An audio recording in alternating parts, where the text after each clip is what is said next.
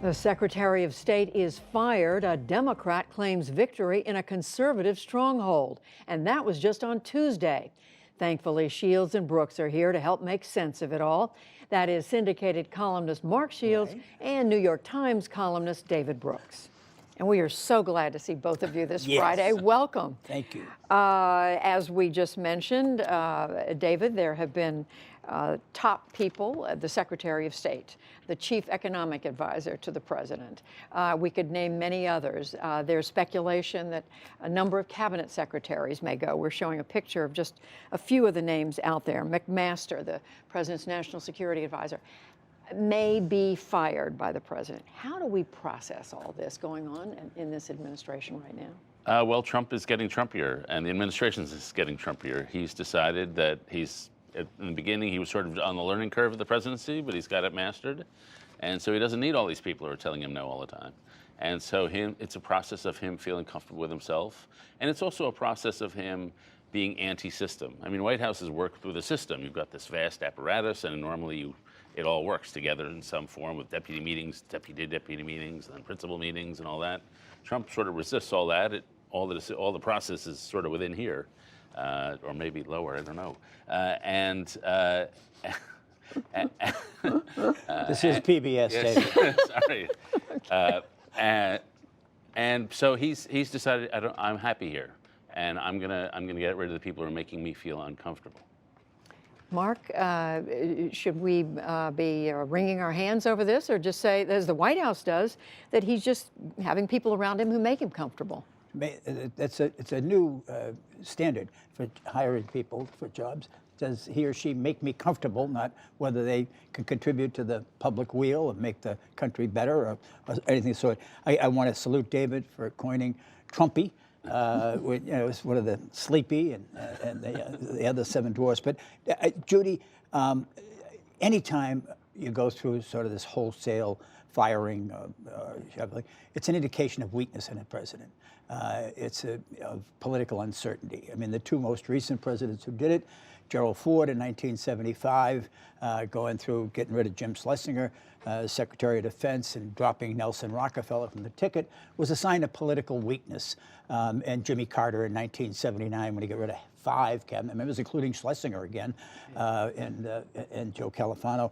And it really is, and that's what you're seeing with Donald Trump. But I think at a personal level, there are two things that have to be commented upon. First of all is that there is about this administration just a fatiguing, draining aspect. People really, Americans are not consumed with politics and policy and government. They want somebody who's going to run things and run them in an orderly way. This has been disorderly from day one, and it's draining. It really is of the nation's, I think, well-being and peace of mind. And Donald Trump promised that he would bring the best people. That he knew the best people. They'd all come. Now we've reached the point, quite frankly, where people won't even accept invitations to the White House to be interviewed, or overtures. And he's running out of, I think, of personnel, and I think he's running out of time politically. But David, the president himself says he believes in being disruptive. He believes in sort of rearranging things, creating a little chaos. In so many words. Well, that's true. He's accurate about that. The problem is the staff never knows what's going to happen. Mm-hmm. And it's just hard to do your job, A, if you don't know what's going to happen, B, if you're constantly being undermined by the president himself. Everyone who's gone in there, whether it's Tillerson looks smaller coming out, H.R. McMaster is being dangled and dangled and dangled. Mm-hmm. H.R. McMaster had a really sterling reputation going in. He was compelled to not be totally honest early in the administration about what the president told a bunch of Russian diplomats who came. That hurt his reputation. And then it's a process of constantly having to suck up to the president. Gary Cohn, the economic advisor, let some comments known that he was unhappy with the way the president responded to Charlottesville. Mm-hmm. And so he fell out of favor, out of the quite comments that suggested some integrity on Mr. Cohen's part. And so you've always got to please the prince, and you've always got to play in a princely manner. And what worries me is they never had really access to the Republican A-level staff, but they had the B-level. And now we're going down to C and D. Larry Kudlow, the new economic appointee, very nice guy. I agree with him on a lot of things. But Phil Tetlock, who's a scholar who studies decision-making, several years ago, identified Kudlow as one of the worst decision makers because he's always driven by ideology. John Bolton has talked about coming in to the National Security Advisor. That's a job where you want somebody neutral to let the process work its way. John Bolton, who's a Fox News analyst, is anything but neutral on anything.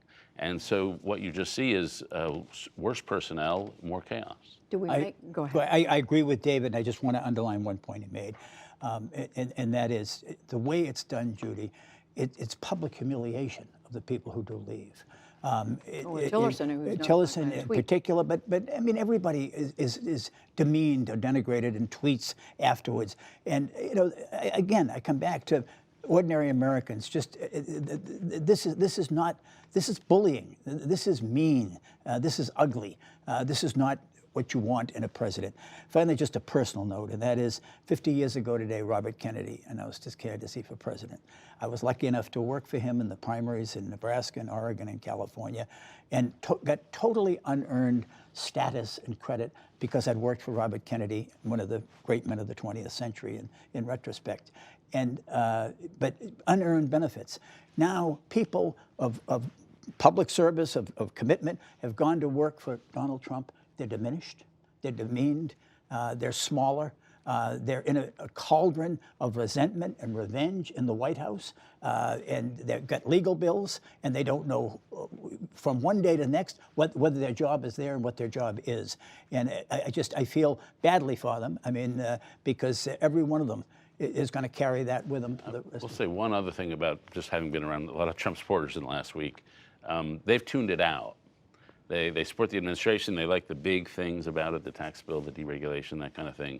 And I always ask them, what about this? What about this? The things we frankly talk about a lot every week. And it just sort of drifts by them unnoticed. And so if you want to know why he's still got 90% approval roughly among Republicans, I think that's the answer. A lot of things that would cause most people to shake their heads, it just doesn't rise to the level of consciousness, and it just gets tuned out. Well, let's talk about something that happened this week that's connected, but in the political realm, Mark, in Pennsylvania, a district that went, congressional district, special election, Donald Trump won this district near Pittsburgh by 20 points. The Democrat won by, what, 700 votes, very close, but the Democrat appears to have won. What does that tell us? Does it say something about the fall midterms? What do we read? It does tell us something about the fall midterms. Someone who's lived through an awful lot of midterm elections. The following: when a president's job rating is below 50%, the president's party loses on average 43 House seats. When a president's below 40%, you're in uncharted territory. What it tells us is the Democrats consistently are far more enthusiastic about 2018 than are the Republicans. The Democratic turnout was higher. It was 67% in Allegheny County as opposed to 60% among Republicans. The overall turnout was phenomenal. There were more people voted in the special election on Tuesday than voted in the general election in 2014 when Pennsylvania's elected a governor. But most of all, and David had a piece about this today, candidates do matter. Conor Lamb was a good candidate. It's the House of Representatives. In Washington, Democrats want to apply an 18-point litmus test, and unless somebody passes every one of them, they can't support. Ronald Reagan's dictum is worth heeding. Ronald Reagan said, someone who agrees with us 80% of the time is our valued and cherished ally and friend, and we are committed to them. They're not our 20% enemy. And Conor Lamb was a good candidate and didn't meet the litmus test, and he can hold that district or any district around it. What do you read into it? Yeah, I mean, obviously, the tides are all in the Democrats' favor. If you looked at I saw a scatter graph of the races, including state legislature races, in the first 8 months of the administration, and it was sort of all over the place. There was a Democrat advantage, but it wasn't universal. In the last 4 or 5 months, it's just universal. The Democrats just have this big advantage built in, and that looks pretty baked in for the reasons that Mark said, even despite the great economy. But to me, the most important thing is, what is the Democratic Party going to look like this year? The only way they can blow it is if they look like, Berkeley, California. And if they indulge, the inner passions, they could blow this. But in Pennsylvania with Conor Lamb, they didn't blow it. And they didn't blow it on two fronts. The most obvious is having somebody who's a political moderate. Conor Lamb was against the assault weapons ban. He said he won't vote for Speaker Pelosi. He did a whole series of policy things toward the center.